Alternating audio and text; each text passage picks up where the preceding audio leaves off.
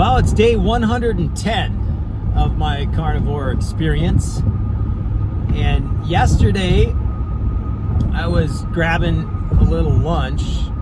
Had a little hunger signal at lunch. Went in a Quick Trip. Was getting a couple of hard-boiled eggs. They got hard-boiled eggs at Quick Trip.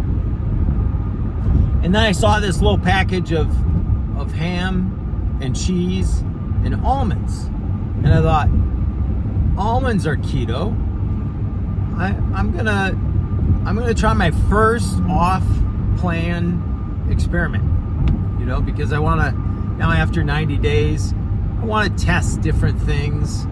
I've got some fermented vegetables brewing that I'll be trying in a few weeks.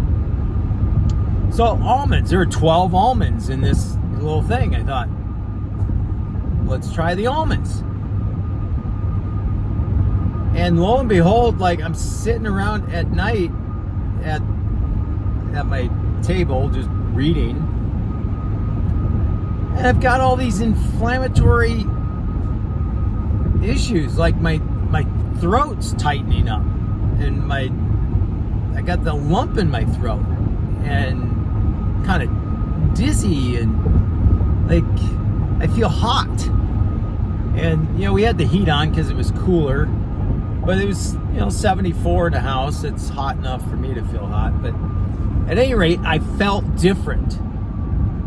And the only thing I can attribute it to is the only thing I've eaten in the last 110 days outside of, animal products. And so, very interesting that I would get an inflammatory response from almonds, which is not uncommon with people in general. As I quickly investigated. So, I could test that again. I've got my competition coming up, so it was a bad enough feeling that I didn't do my exercises last night. It's like I was kind of dizzy. So it wasn't an immediate response. It was kind of through the day. And then, in the evening, I was sitting still long enough to kind of feel it. And interacting with my sister-in-law, who's 3 years into keto. And it's interesting, she'll eat popcorn, and that night she's snoring. And she kicked her snoring habit with carnivore. But popcorn will kick her into snoring again. So I don't think I snored last night. I've kicked my snoring habit too, except I still can breathe with my mouth open, which I'm trying to stop. I'm thinking about taping my mouth at night. But anyways, I digress.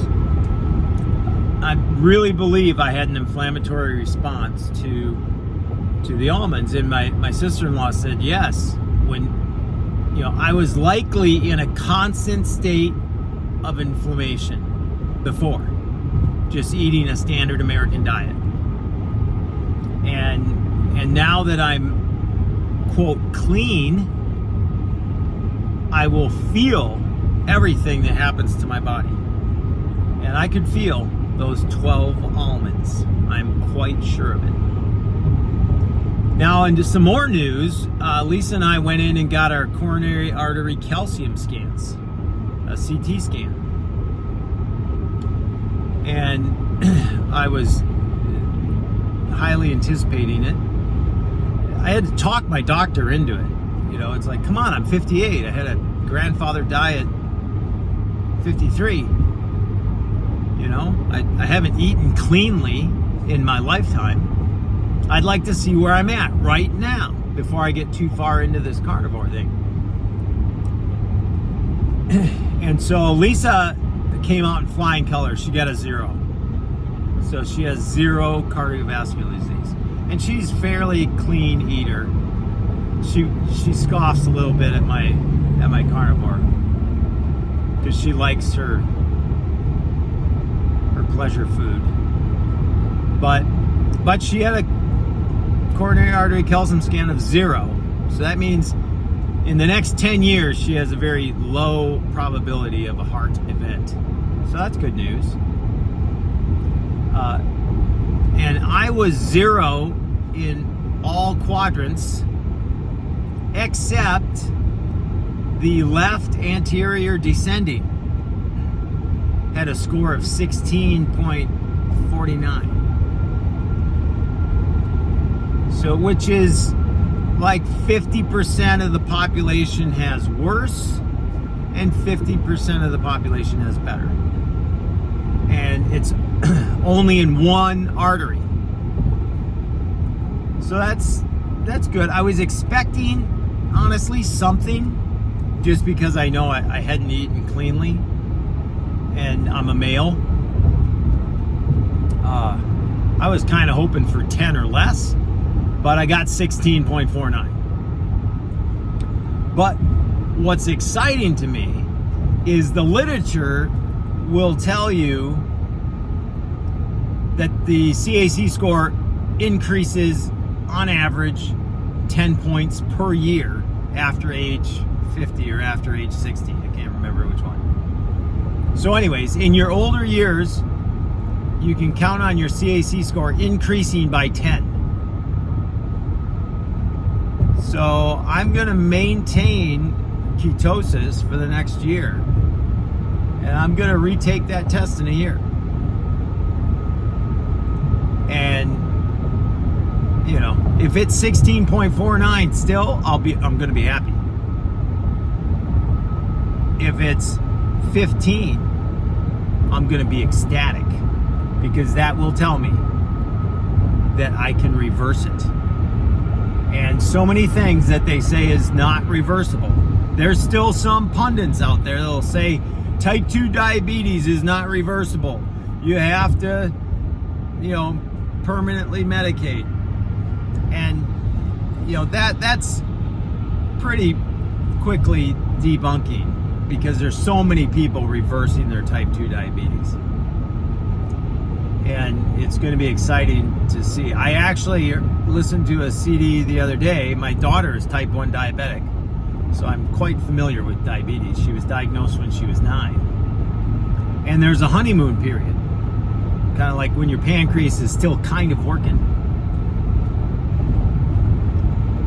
And there is a case of a boy who was immediately put on a no carbohydrate diet in the honeymoon period, and his type 1 diabetes went into remission. I mean, that's crazy.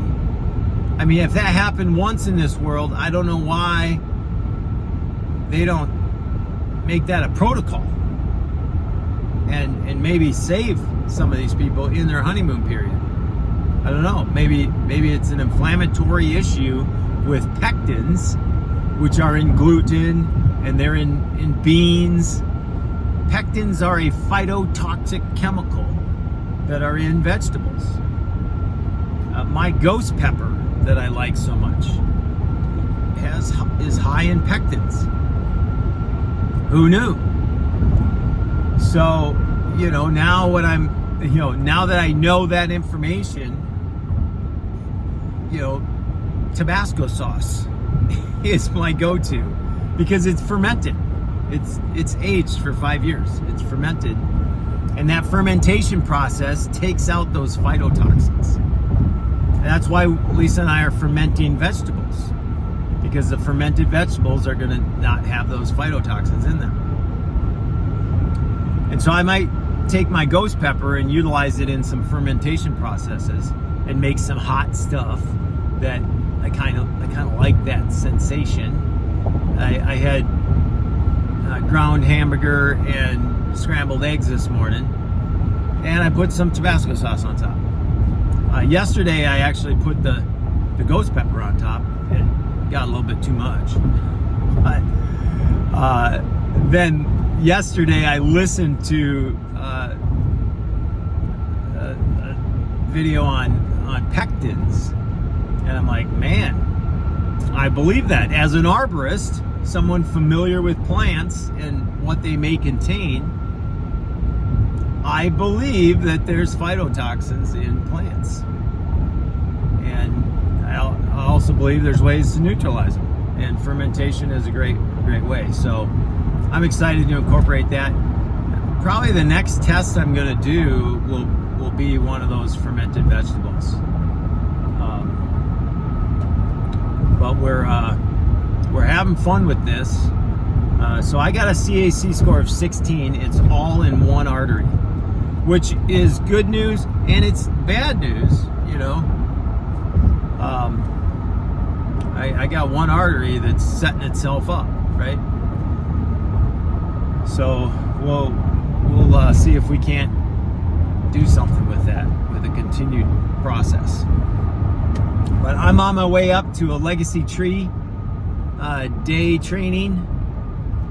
Eli was going to come with me, but we had so many sales. It's just like, finally yesterday he calls me, he goes, I'm thinking of staying home and doing sales. I'm like, you know, that's a good idea. You know, sometimes you got to make choices in life, and we got to serve the clients. And we've got our Wisconsin Tree Climbing Championship coming up this weekend, and so we're all going Friday, Saturday, Sunday. So I can't be doing sales over the weekend like I do so often. And tomorrow we have our quarterly planning.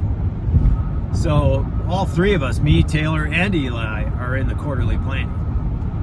So we're sacrificing a lot of company time on important stuff. You know, if you don't take time to plan, then you're planning to fail. So at any rate, there's no sales happening tomorrow, except maybe a few. I'll do some later in the day. But then we're traveling to our Airbnb on Thursday night to set up for the climbing competition on Friday. So we've got a busy weekend. So Eli's staying home today, and I'm going to the Legacy Tree informational meeting.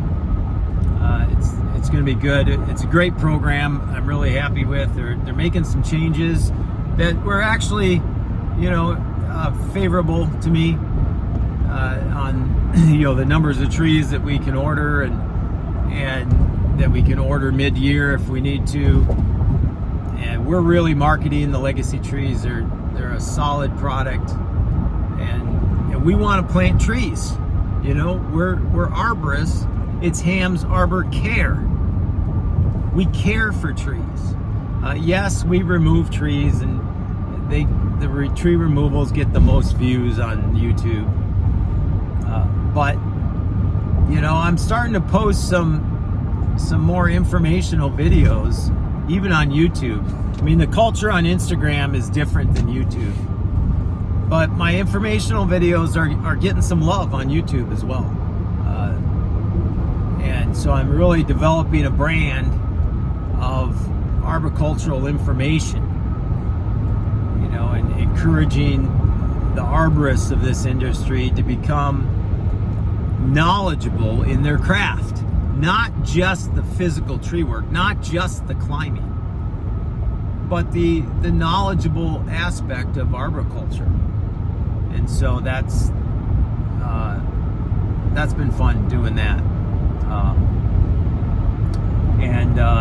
So the weekend here is the climbing competition. It's the first time I've competed in 16 years.